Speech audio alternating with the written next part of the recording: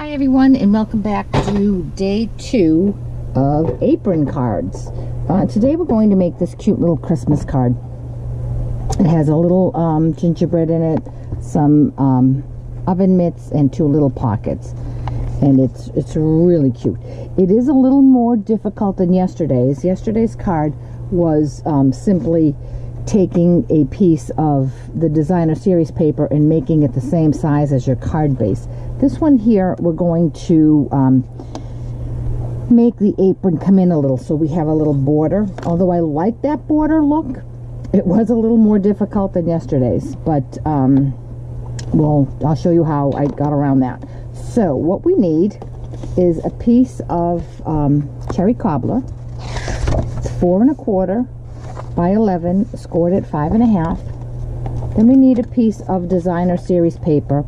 This is from an old stack called Trim the Tree, and we just need it. We're going to cut our apron out of it, so as long as it's as big as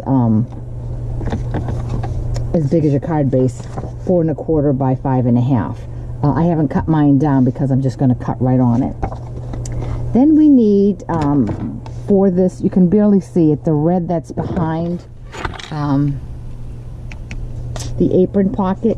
It's 3 3/4, excuse me, 3 1/2 by 2, and then another piece of the same designer series paper at 3 1/4 by 1 3/4. Then we need a scrap of crumb cake to make our gingerbread man, a scrap of whisper white to make our oven mitts, and then a scrap of coordinating designer paper. Oh, I just had my scrap, and it's just these are 1 by 1 squares, so it just needs to be oh, here it is right here. I just had a little scrap like this, so I'm going to it's 1 inch, and I'm just going to cut it down so that they're 1 by 1 inch squares, and we're going to round the corners off. Then I have a little bit of this trim. It's, I don't know if it's still available. It might be on the clearance rack. It's Venetian crochet trim, and some of this garden green ribbon that was in last year's holiday catalog. For the stamp sets, we're going to use the Cookie Cutter Christmas, and we're going to use this gingerbread right here. He does come with a punch, a coordinating punch, but I do not have him, so I'm going to have to fussy cut that. And then from the brand new holiday catalog, I'm going to use Mittens, and although these are all winter mittens, I stamped and die cut these 2 out and used them for my oven mitts. Realistically, proportionately, they're not the right size, but that works just fine for me. So let's get started. Much like we did yesterday, the first thing we're going to do is make the red cutouts. So with a ruler, I'm going to come in and make a tick mark at 1 inch from both sides, and then come down and make a tick mark at 2 3/4.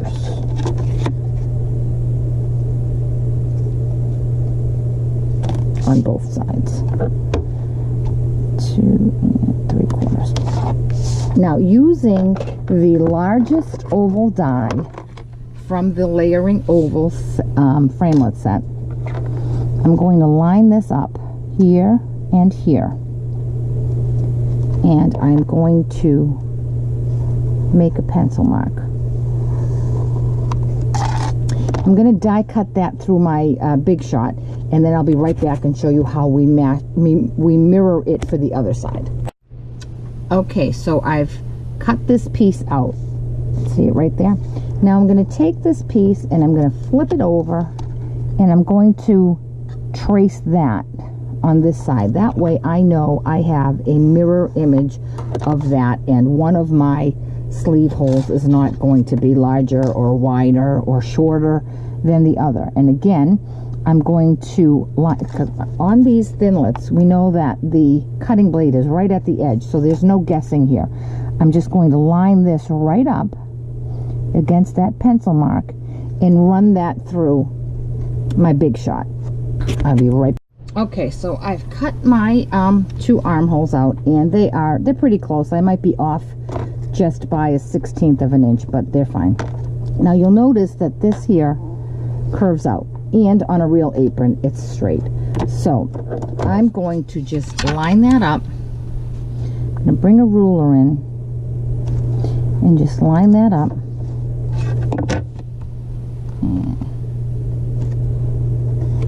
On both sides. And I'm going to trim away with my paper snips. Okay, and that makes my apron straight. Okay. Now I need to make my front piece. So for that, I'm going to turn it over and make my markings on this side here. So I'm going to bring this down just a bit, and I'm going to come in just a tiny bit on either side. Okay, so that's where I want my smaller piece to be. Then I'm going to scooch this out, and I'm going to do the same thing here. Scooch it back and do the same thing here. Now I'm going to bring in my framelit again and line, just like we did out front with the other one. Line those tick marks up. One there and one there, and I'm going to trace that. Now it's not an exact science, it really isn't, but it's going to bring you very close. So I'm going to go cut that out with my Big Shot. I'll be right back. Okay, and much like we did last time, I'm going to take this and make myself a marking, and I'm going to die cut that. I'll be right back. Okay, so this is what I have, and when I turn it over and I put it on my front sheet, it does not fit, right? You're saying, well, you know, that didn't come out right, but you'll see that it is going to fit. I might just have a little extra border here, but I can live with that. So what I'm going to do, I'm going to bring in my ruler again, and I'm going to just cut where I want this to be straight. First, I'm going to line this up exactly where I want it.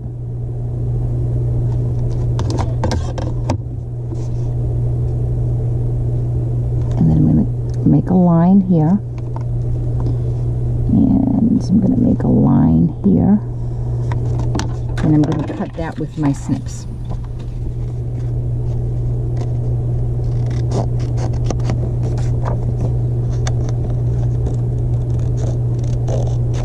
Okay. So now, without paying attention to the length or how much this sticks out, we're going to line it up and see that, yes, indeed, it is going to work. So now I'm going to come in with my pencil. I'm going to make a line there because that's what I'm going to trim away. I'm going to come in here, make a line here, and that's what I'm going to trim away. And then I'll do the same with my bottom once I get this all situated. So I'm going to line up my 2 little tick marks right here. Make sure I'm nice and straight. There's my tick mark in my groove in the slice. Then I'm going to do the same thing here. I'm going to put my tick mark in my groove in the slice. I'm going to do the same on this side. Put my tick mark in the groove and slice.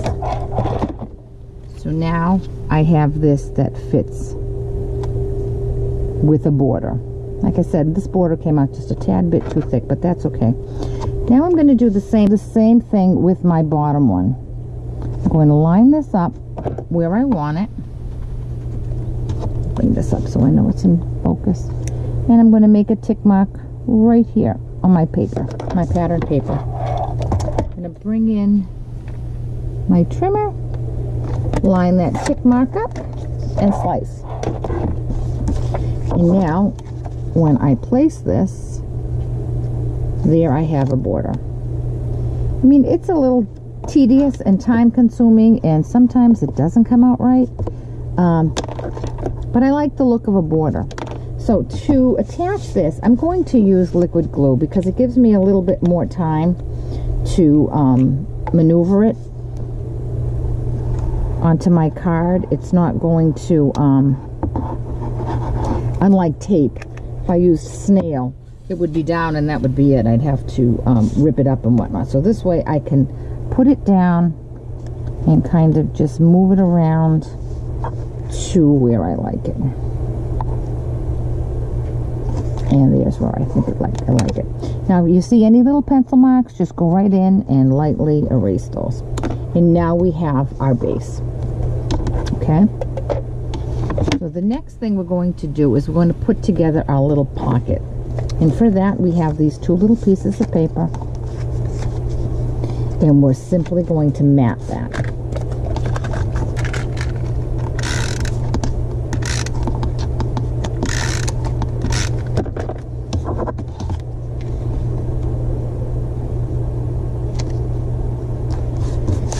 And we're going to attach, just matted, I'm going to attach my ribbon because I do want nice, neat, rounded corners for ribbon.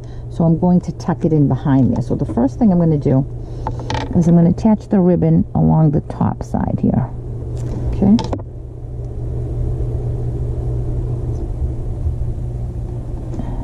And there we go. Press that down. And I'm going to snip. Now I'm going to put some glue down this end. And when I put it there, I'm going to have it stick out a little bit on the top. Okay, because I'm going to curl that underneath. Now to make my nice neat corners, I'm going to put a dab of glue in the corner. And I'm going to come in and fold this piece over and make a corner. Now hold that down. I'm going to attach some glue on this side. See how nice that corner stays? Then I'm going to press this down. I'm going to make another corner. A little bit of glue on my lace. Bring this over and make a little corner. My lace isn't sticking here. Hold on one second. I want to put a little bit of glue, more glue here so my lace will stick down. And then I'm going to make myself a nice corner.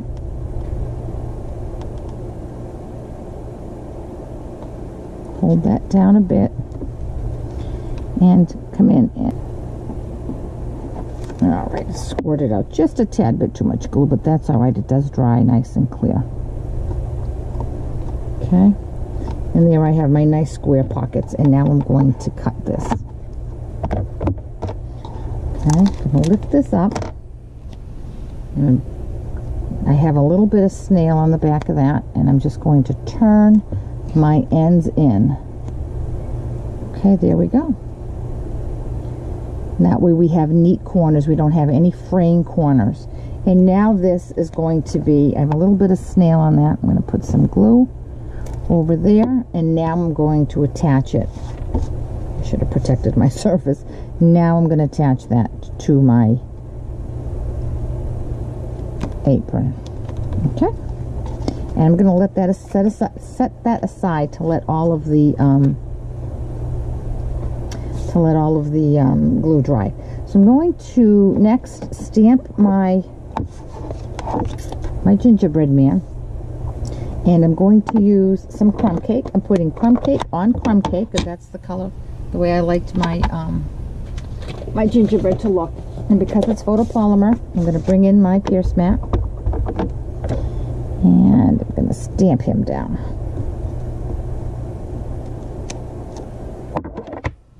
He looks a little dark, but when he dries, he'll look great. Okay. And with my white gel pen, I'm going to go over and just color in all these little lines. So they look like icing on the gingerbread man.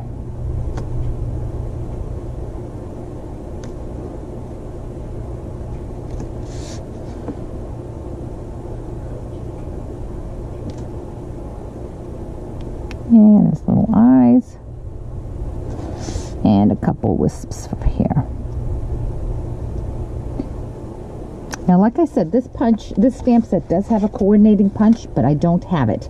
So I'm going to fussy cut this off camera, and I'll be right back. Okay, and there he is. I'm really not a fan of fussy cutting, so I highly recommend getting coordinating dies and punches when you can. So I'm going to take a dimensional, just put it on the back of his head, and tuck him into my pocket. There he is. Just like that. Is he cute? All right. Now I'm going to make my mittens, and on a piece of scrap white I have my mittens from the new Smitten Mitten stamp set, and I'm going to stamp those.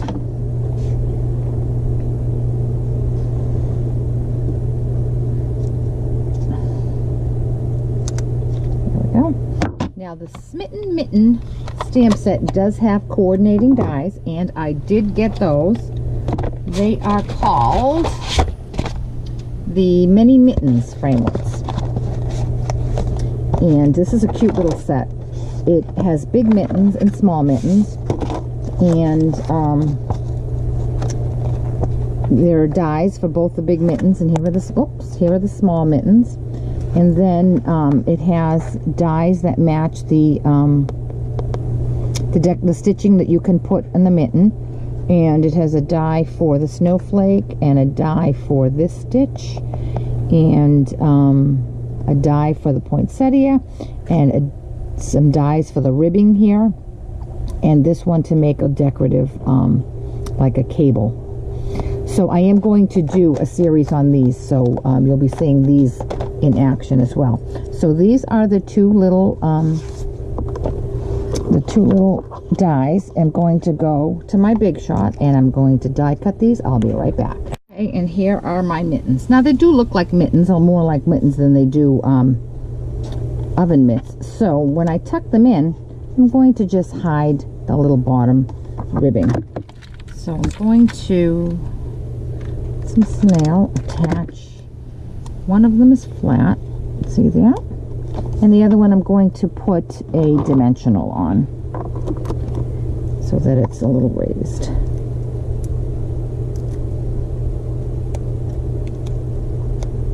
And I'm just going to offset them like that. And of course I need bling, so I'm going to take two little jewels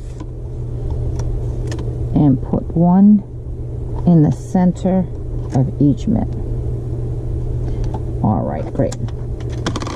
See, we're coming together nicely here. Now we're going to work on our pockets. And I do have my two pockets that are 1x1 squares, and they are in coordinating paper. So with my corner rounder that comes from the the Project Life product line, which is discontinued sadly, I'm going to round my corners. A little bit of sticky fingers here from the glue.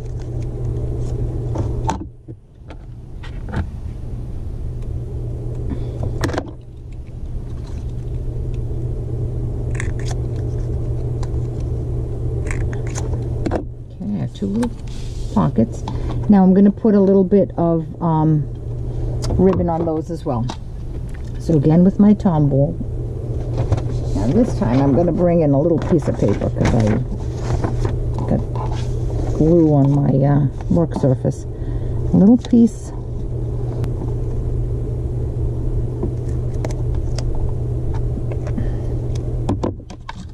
And a little bit of ribbon on each one. And again, I'm going to let it overhang a little bit so that I can tuck those edges in the back. And my ribbon will be neat that way. No fraying edges.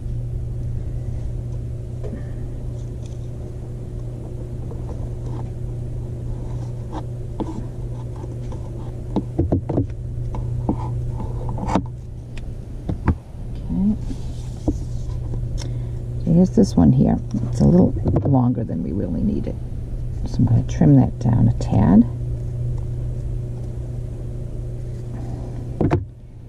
Put some snail on the back here.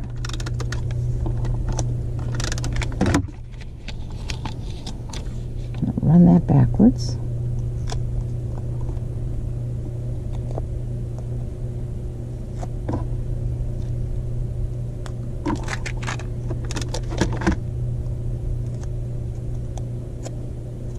There's one, and I'm going to position that right here on my apron, and I'm going to do the same with the other one.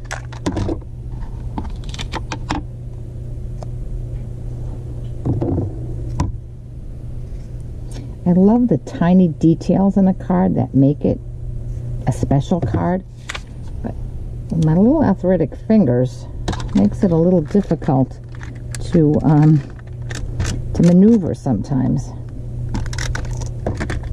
Now you could certainly leave your pocket open so that you could put something in it, but I'm not going to. All right, and there are pockets. Now what I did ahead of time was I made 4 of these little bows. I used a bow maker. A lot of people do it freehand, but I have a great little bow maker. I use it all the time, and I'm going to take 2 of them for now, and I'm going to put a glue dot behind each one, and I'm going to put a bow.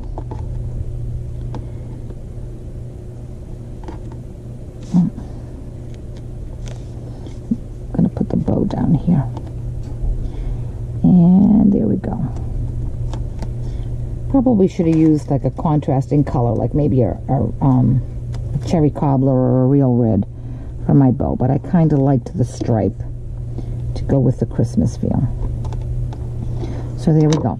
Now our apron is done. All we have to do is make our little apron hoops here. So what we're going to do there is I'm going to turn this over. I'm going to mark where I want my holes. And you can see this is maybe a 3/16 of an inch. I could probably do an 1/8 of an inch.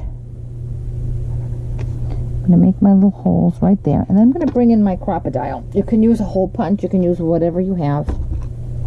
I think I'm actually going to make a 1/8 inch. And I'm going to just take that little hole, line it up where my crocodile.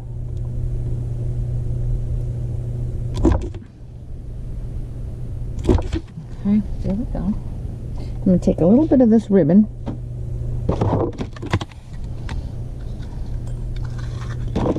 and I'm going to come in front, a little push front, and then come out the other end. All right.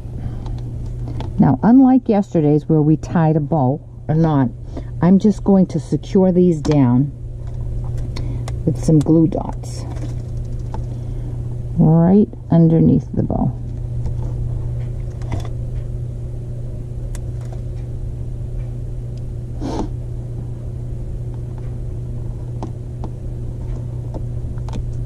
And then I'm going to trim that.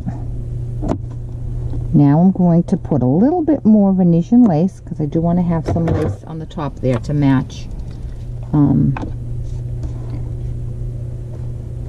the rest of the apron. And for this, it's going to be hard to wrap this around, so we are just going to lay it down, and once it dries, we're going to just cut it even with the paper. So it's a good idea to make sure you have glue right up to the edge, so that will attach itself to the ribbon and will prevent any fraying.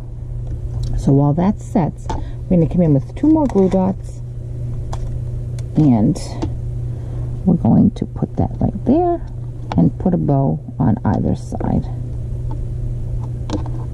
There's one. And here's two. And they're nice and secure because they have the glue dot in the bottom and the glue dot right on top, on the glue dot from the ribbon and the glue dot from the bow. So now I'm going to come in with my scissors and just trim this right up to the end of the card. I said I have glue on my finger. Okay, and I'm going to do this side as well.